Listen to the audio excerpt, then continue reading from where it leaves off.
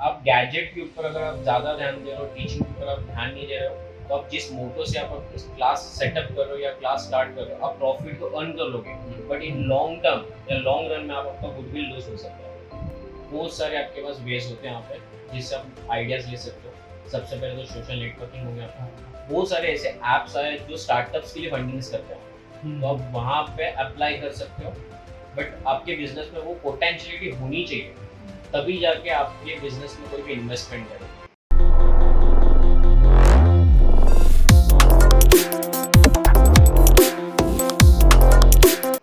Hey guys, मेरा नाम है भूपेन और मेरा नाम है अलीन। आज के जो हमारे गेस्ट है वो हमारे मेंटर रह चुके हैं। वो टीचिंग करते हैं, उनका खुद का क्लासेस है और वो प्रिंसिपल भी रह चुके हैं। We would like to welcome mister Praveen sir. कैसे आप? एकदम ठीक। सर आपके बारे में बताओ, आपके बिजनेस के बारे में बताओ। बेसिकली मैंने बिजनेस टीचिंग के लिए स्टार्ट किया था 8 ईयर से, और बिजनेस स्टार्टअप किया 5 ईयर से। मैंने बिजनेस स्टार्टअप कर दिया था। स्टार्टिंग में आपका मतलब कितना कैपिटल लगा था?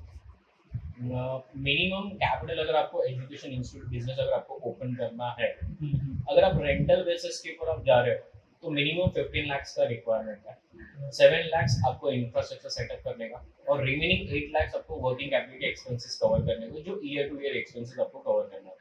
तो रेंटल बेसिस के ऊपर 15 लाख सफिशिएंट है। अगर आप ओन प्रीमाइसेस लेते हो तो नियरली अराउंड 70 to 80 लाख आपको रिक्वायरमेंट होगा। तो आपने स्टार्ट किया तो आपने आपने कैसा रेंटल बेसिस पे किया था कि आपने रेंटल बेसिस पे किया था। तो आपको मतलब कितना लगा था कैपिटल बेसिक कितना लगा था वो टाइम पे? उस टाइम पे nearly about 5 to 6 lakh, because हमारे पास स्टूडेंट बेस पहले से था। तो स्टूडेंट बेस हम लोग के पास पहले था, तो इसलिए हम लोग को मिनिमम कैपिटल का रिक्वायरमेंट था। बट अगर आप न्यू हो मार्केट में और आपको डायरेक्टली एंटर करना है, तो आपको मिनिमम 15 लाख का रिक्वायरमेंट। तो सर आपने बेसिकली पहले तो आप पढ़ाते रह गए, डायरेक्ट क्लास को नहीं ओपन किया गया, तो आपको ऐसा कब लगा कि मैं डायरेक्ट अभी ये टाइम आ गया कि मैं अपना क्लास खुद का खोल सकता हूँ? वो टाइम मतलब वो टाइम कैसा क्लिक होता है एक बिजनेसमैन के हिसाब से? बेसिकली मैंने ना सॉट एनालिसिस किया था। अच्छा। सॉट एनालिसिस मतलब होता है स्ट्रेंथ, वीकनेस, अपॉर्चुनिटी और थ्रेट्स। अपॉर्चुनिटी के ऊपर मैंने ज़्यादा फोकस किया। 2017 तक स्टूडेंट सिर्फ क्लास लगाते थे एचएससी के लिए और ग्रेजुएशन के लिए लगाते थे। एफवाई और एसवाई सब लोगों के लिए लीस्ट इंपॉर्टेंट होता था, क्योंकि कॉलेज प्रोफेसर लिमिटेड स्टडी करवाते थे और इंपॉर्टेंट क्वेश्चंस बच्चों को प्रोवाइड करते थे, जिसके वजह से स्टूडेंट को लगता था कि हम लोग को क्लासेस ज्वाइन करने का कोई रिक्वायरमेंट नहीं है। बट 2018 में मुंबई यूनिवर्सिटी का रूल निकला, और वो मेरे बिजनेस के लिए अपॉर्चुनिटी था। रूल ये था उनका कि अभी से फर्स्ट ईयर और सेकेंड ईयर का एग्जामिनेशन और पेपर इशू मुंबई यूनिवर्सिटी करने वाला था। तो वो अपॉर्चुनिटी को बेसिस के ऊपर मैंने ये इंस्टीट्यूट ओपन कर लिया था। तो वो मेरे लिए प्लस पॉइंट था। और स्ट्रेंथ ये था, यूनिक वे ऑफ टीचिंग, ये मेरा स्ट्रेंथ था। और वीकनेस ये था कि वीकनेस मैंने कॉम्पिटिटर्स के वीकनेस आइडेंटिफाई किया था कि वो लोग के क्या क्या मिस्टेक्स है। और एक थ्रेट है जो एजुकेशन इंस्टीट्यूट को बहुत ज़्यादा इम्पैक्ट करने वाला, वो है autonomous of college. Most of the college आज के डेट में ऑटोनॉमस होने वाला है, तो वो एजुकेशन इंस्टीट्यूट के लिए वो प्रॉब्लमेटिक हो सकता है। तो ये शॉर्ट एनालिसिस के बेसिस के ऊपर मैंने इंस्टीट्यूट ओपन किया था। तो आप स्ट्रेंथ बोल रहे हो तो आपका unique way of teaching, right? तो आप ऐसा क्या यूनिक वे ऑफ टीचिंग करते हो कि आपका जो स्ट्रेंथ है आपको लगा ऐसा? मेरा एक मोटो है टीचिंग का, make thing easy to understand and difficult to forget. बहुत सारे इंस्टीट्यूट स्टूडेंट के कंसेप्ट प्रॉपर क्लियर नहीं कर पाता, वो सिलेबस कवर कर पाता है बट कंसेप्ट क्लियर नहीं कर पाता। तो मैंने सिलेबस के साथ साथ बच्चों के कंसेप्ट क्लियरिंग के ऊपर ज़्यादा फोकस किया, तो वो ही मेरा प्लस पॉइंट हुआ था इंस्टीट्यूट का। तो आपने जब स्टार्ट किया तो आपको स्क्रैच में कितना डिफिकल्टी फेस होने लगा? मतलब आपको कि कौन सी जगह पे स्टार्ट करना है, कैसे उसको मतलब पहुंचाना है लोगों तक? तो बेसिकली ज़्यादा कोई डिफिकल्टीज हुआ नहीं। जैसे मैंने बोला, स्टूडेंट बेस ऑलरेडी थे यहाँ पे, कॉन्टेक्ट अच्छे खासे थे यहाँ पे। रही बात लोकेशन की, तो मुझे ऐसा लोकेशन आइडेंटिफाई करना था जो स्टूडेंट के लिए ज़्यादा कन्वीनियंट हो, तो मुझे सेंटर पॉइंट निकालना था। तो बेसिकली मैंने सेंटर पॉइंट निकाला था कि कॉलेज और स्टूडेंट के लिए दोनों कन्वीनियंट क्या होगा। वो सेंटर पॉइंट निकाल के मैंने उसके बेसिस पे इंस्टीट्यूट ओपन किया। अच्छा, तो अभी इफ इन केस किसी को क्लास चालू करना है तो सबसे बेसिक क्या लगेगा उसको पहले? सबसे बेसिक्स तो भी उसके पास वेल क्वालिफाइड स्टाफ होनी चाहिए। अगर वेल क्वालिफाइड स्टाफ है तो आप बिजनेस में अच्छा खासा सर्वाइवल कर सकते हो। अगर आपके पास वेल क्वालिफाइड स्टाफ नहीं है, एवरेज स्टाफ अगर आप लोगे तो एजुकेशन इंस्टीट्यूट में प्रॉब्लमेटिक होता है। तो आप स्टाफ लोग में क्या देखते हो, एक्सपीरियंस देखते हो, एजुकेशन देखते हो, या फिर उसका टीचिंग स्टाइल वगैरह, आप क्या प्रीफर करते एजुकेशन ये बेसिक रिक्वायरमेंट हो? है, हाँ और टीचिंग एजुकेशन इंस्टीट्यूट में यहाँ पे क्वालिफिकेशन इम्पोर्टेंट नहीं होता। वो एप्लीकेंट ने थ्रू आउट दी उसके एजुकेशन करियर में उसने कितना परसेंटेज स्कोर किया वो मैटर नहीं करता। मैटर सिर्फ यही करता है वो 60 नियरली अबाउट 60 स्टूडेंट के क्राउड को हैंडल कर पा रहा है या नहीं कर पा रहा है। अगर वो कर पा रहा तो उनके डाउट्स क्लियर कर पा रहा है या नहीं कर पा रहा था, इजीली वो कनेक्टिविटी रख पा रहा है या नहीं रख पा रहा स्टूडेंट के साथ, ये इंपॉर्टेंट होता है। तो टीचिंग एक्सपीरियंस इंपॉर्टेंट है, ना कि वो क्वालिफिकेशन तो बेसिक रिक्वायरमेंट है। तो उसको स्टूडेंट के माइंड से उसको कनेक्ट होना है। तो देखो बहुत सारे पेरेंट्स होते हैं कि मैं एक पेरेंट है तो मैं चाहेगा मेरा बच्चा को अच्छा क्लास में जाए जिसका रेपुटेशन हो, बहुत अच्छा नाम हो। तो इफ इन केस मैं स्टार्ट कर रहा हूँ तो मैं ऐसा क्या उन्हें पिच कर सकता हूँ कि उन लोग मेरे पास आए। बेसिकली एजुकेशन इंस्टीट्यूट में रिजल्ट्स बहुत इंपॉर्टेंट रोल प्ले करता है, और बहुत सारे पेरेंट्स है ना रिजल्ट ओरिएंटेड ज़्यादा होते हैं। हाँ तो वो लोग रिजल्ट्स के बेसिस के ऊपर कोचिंग इंस्टीट्यूट वो लोग ज्वाइन करते हैं। तो अगर किसी को कोचिंग इंस्टीट्यूट ज्वाइन करना है तो पेरेंट्स को सिर्फ ये नहीं देखना है कि स्टूडेंट सिर्फ अपना रिजल्ट कितना मार्क्स स्कोर कर रहा है, उसको ये देखना है कि उस through out the academic year उसने खुद के माइंड को कितना इग्नाइट किया। अगर वो अच्छा खासा माइंड इग्नाइट कर रहा है, बूस्टअप कर रहा है, अगर वो ज़्यादा नॉलेज गेन कर रहा है तो वही कोचिंग इंस्टीट्यूट ज्वाइन करना आज के डेट में सही होगा। तो अभी बेसिकली सर काफ़ी सारे ऑनलाइन बिजनेस ओपन हो रहे हैं, like online teaching classes open हो रहा है, फिर अन अकेडमी का काफ़ी सारी अक्षर उन लोग ने उससे टाई अप कर लिया है ताकि थोड़ा 11-12 पे हम लोग फोकस कर सके। तो ये कैसा इफेक्ट कर रहा है नॉर्मल वेंडर लोग को, टीचिंग वेंडर लोग को? इनका इम्पैक्ट हुआ है, और बायजूस, अन अकेडमी, वेदांतु, ये जितने भी एप्लीकेशंस है उनको प्लस पॉइंट हुआ है लॉकडाउन का। लॉकडाउन बेसिकली उनके लिए अपॉर्चुनिटी था, यहाँ पर उन्होंने अच्छा खासा मार्केट कवर कर लिया था। बट अभी तक वो लोग हमारे सेगमेंट में नहीं है। सेगमेंटेशन मीन्स वो लोग अभी तक 11-12 साइंस में डील कर रहे हैं, हाँ स्कूल सेक्शंस में डील कर रहे हैं, और वो लोग कॉम्पिटिटिव एग्जाम्स के ऊपर फोकस कर रहे हैं। हाँ तो अभी तक कॉमर्स के लिए नहीं आया था। तो इसके लिए बेसिकली मैंने ये प्लान किया अपकमिंग 3 इयर्स में मैं भी खुद के ही एप्लीकेशंस ओपन कर रहा हूँ, खुद के वीडियोस, वही सर्विसेज जो बायजूस और जो अन अकेडमी प्रोवाइड कर रहा है, तो वही हम लोग सर्विसेज स्टूडेंट को भी अपकमिंग ईयर्स में प्रोवाइड करने वाले हैं। तो आपका कहना है कि मतलब मॉडर्न टीचिंग स्टाइल से क्लासेस जो ऑफलाइन चल रहे हैं उनको भी मॉडर्नाइज होना चाहिए। राइट। तो इन केस अगर मेरे को मॉडर्नाइज होना ही है, मेरे को भी क्लासेस चला तो मैंने एक कॉन्सेप्ट सोचा था कि मैं नॉर्मली क्लासेस चलाऊंगा जो बेसिक चलता है। अगर मेरे को मॉडर्नाइज क्लास चलाना है तो उसके लिए क्या फंडिंग होगा और कहाँ से कुछ हेल्प मिलता है क्या फंडिंग के लिए, ऐसा कुछ? अगर आपको क्लासेस स्टार्ट करना है और आपको फंडिंग्स का रिक्वायरमेंट है तो आपको बहुत सारे तरीके हैं जहाँ से आप फंड्स को ऑब्टेन कर सकते हैं।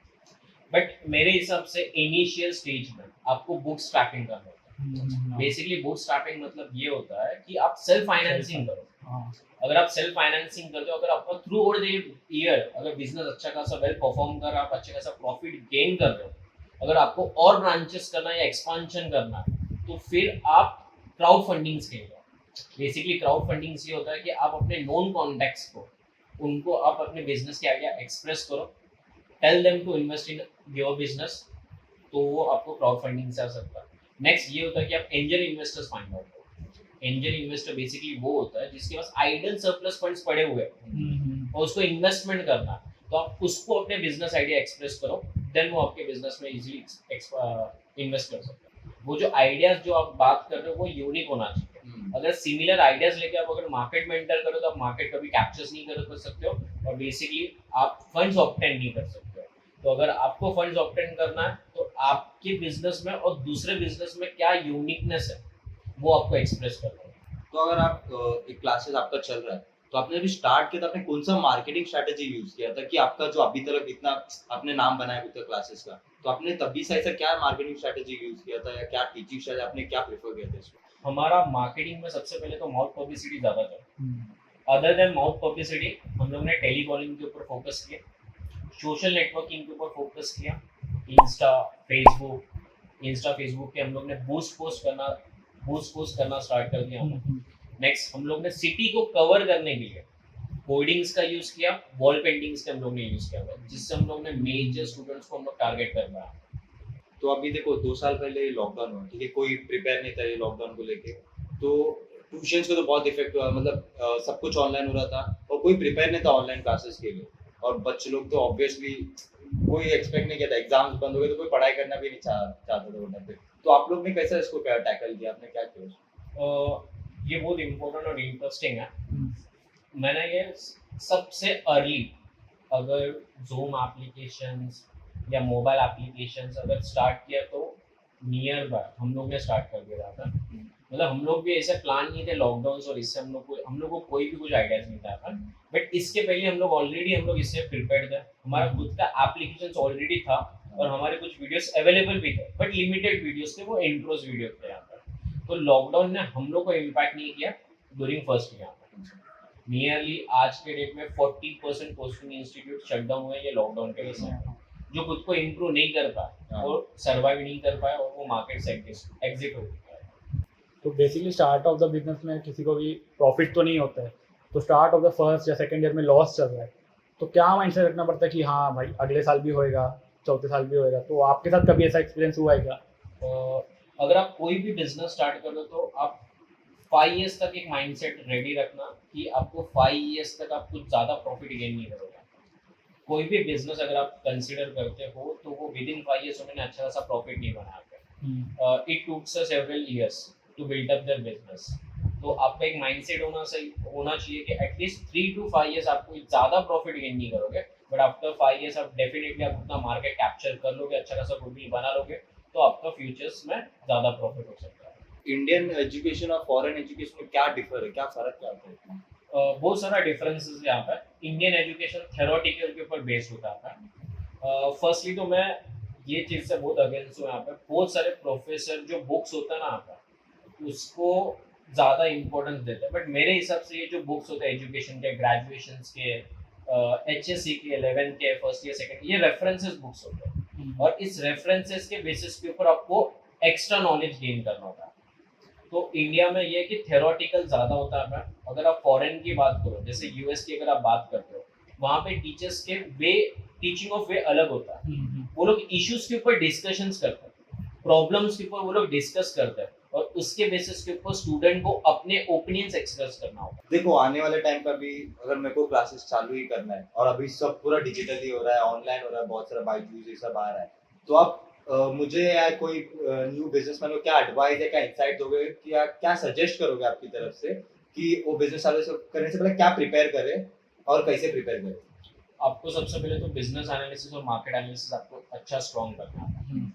अगर आप कोई भी बिजनेस स्टार्टअप कर रहे हो, अगर आप एजुकेशन बिजनेस स्टार्टअप कर रहे हो, तो आपके पास एक प्रॉपर डेटा होना चाहिए। डेटा मतलब वहाँ के स्टूडेंट्स की प्रॉब्लम्स वो आइडेंटिफाई करना, उस डेमोग्राफिक जो आप डेमोग्राफिक सेलेक्ट कर रहे हो उस रीजन में और आप जिस सेगमेंट में एंटर कर रहे हो उस नंबर ऑफ स्टूडेंट कितने उस सेगमेंट से यहाँ पर, वो आपको देखना है। उस बेसिस के ऊपर आपको इंस्टीट्यूट ओपन करना। ऐसे नहीं कि मतलब कोई आपको प्लेस मिल रहा है या कोई आपके पास कॉम्पिटिटर्स नहीं तो आपको बिजनेस सेटअप करना, ऐसा कुछ नहीं रहता है। ऑन पेपर्स डेटा होना बहुत इंपॉर्टेंट है, उसके बेसिस के ऊपर ही आपको डिसीजन लेना है। आपने इतने टाइम से बिजनेस किया है, तो आपका बेस्ट फीडबैक क्या है स्टूडेंट्स से अभी तक?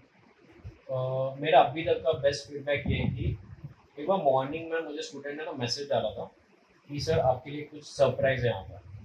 फिर उसने अराउंड 10 AM उसने मुझे कुछ लिंक भेजा था। जब वो लिंक मैंने ओपन किया, मैं बहुत बबली टाइप, सबसे बात करना, घुल मिल जाना, घूमना फिरना सब बहुत करती थी। बट एक इंसिडेंट आया, मुझे पूरा शांत, एकदम शांत लड़की बना दिया उसने, वो इंसिडेंट ने। मैं पढ़ाई नहीं करती थी, किसी से बात नहीं करती थी, रात को नींद नहीं आती थी, बीच रात में उठ जाती थी मैं। That bad incident it was. Then मेरे एक सर आए जिन्होंने मुझे नोटिस किया। ही आस्क्ड मी कि क्या हुआ Janhvi, is everything okay? And then I discussed whatever happened to me. उन्होंने मुझे वो इंसिडेंट से बाहर निकाला and I am really thankful to him.